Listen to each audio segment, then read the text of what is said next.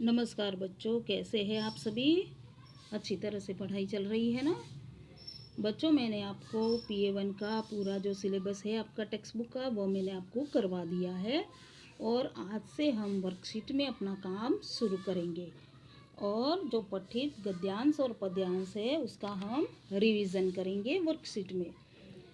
तो बच्चों, मैं आज आपको यहाँ पर वर्कशीट में पाठ 1 अपठित पद्यांश करवा रही हूँ। पद्यांश का मतलब होता है कि जो कविता का जो पैसेज होता है उसे पद्यांश कहते हैं। तो बच्चों, मैं अभी आपको यह कविता यहाँ पर समझा रही हूँ।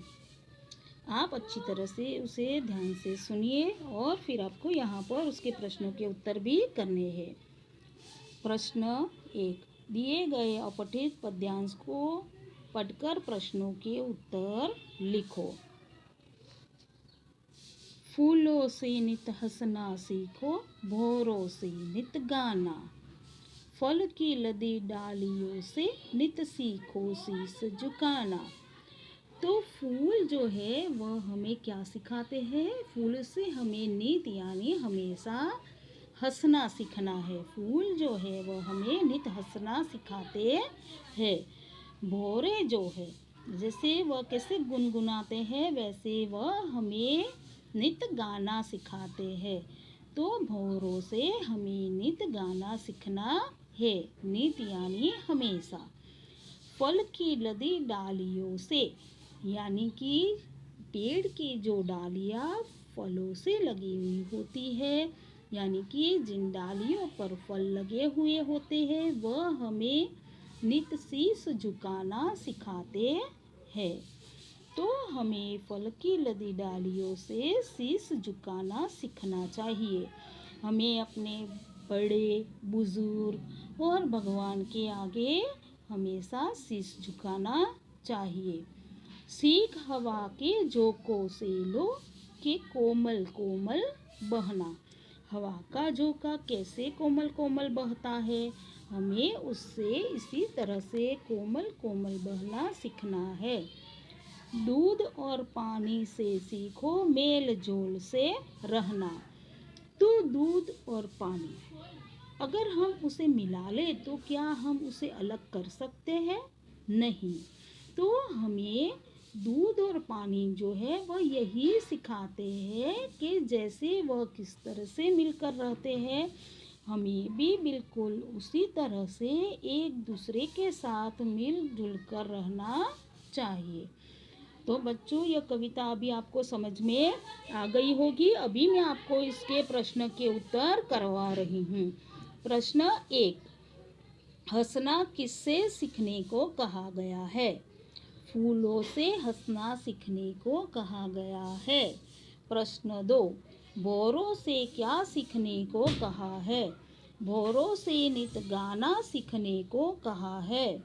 कोमल कोमल बहना कौन सिखाता है? कोमल कोमल बहना हवा का झोंका सिखाता है। दूध और पानी क्या सिखाते हैं? दूध और पानी मेल जोल से रहना सिखाते हैं। प्रश्न 5, फलों की डालियाँ क्या सिखाती है? फलों की डालियाँ नित शीश झुकाना सिखाती है।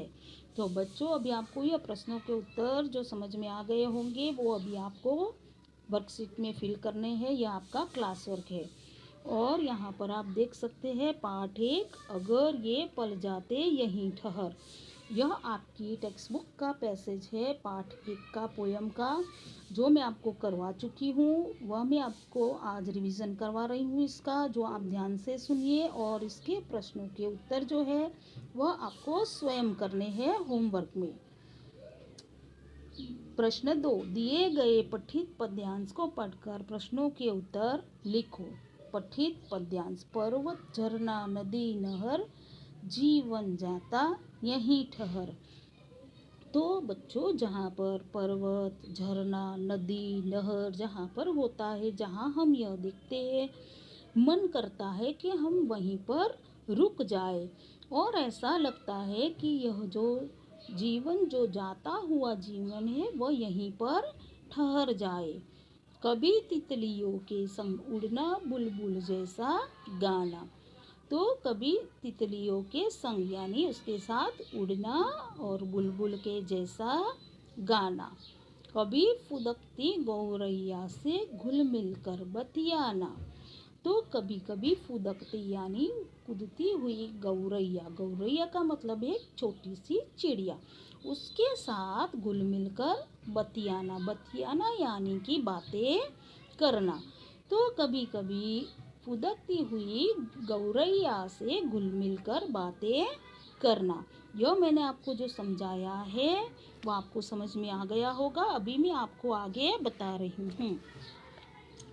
लग जाते पैरों में पर ये पल जाते यहीं ठहर। ऐसा लगता है, मन ऐसा करता है कि जैसे हमारे पैरों में भी पर लग जाए और ये जो जाते हुए पल है वह यहीं पर ठहर जाए।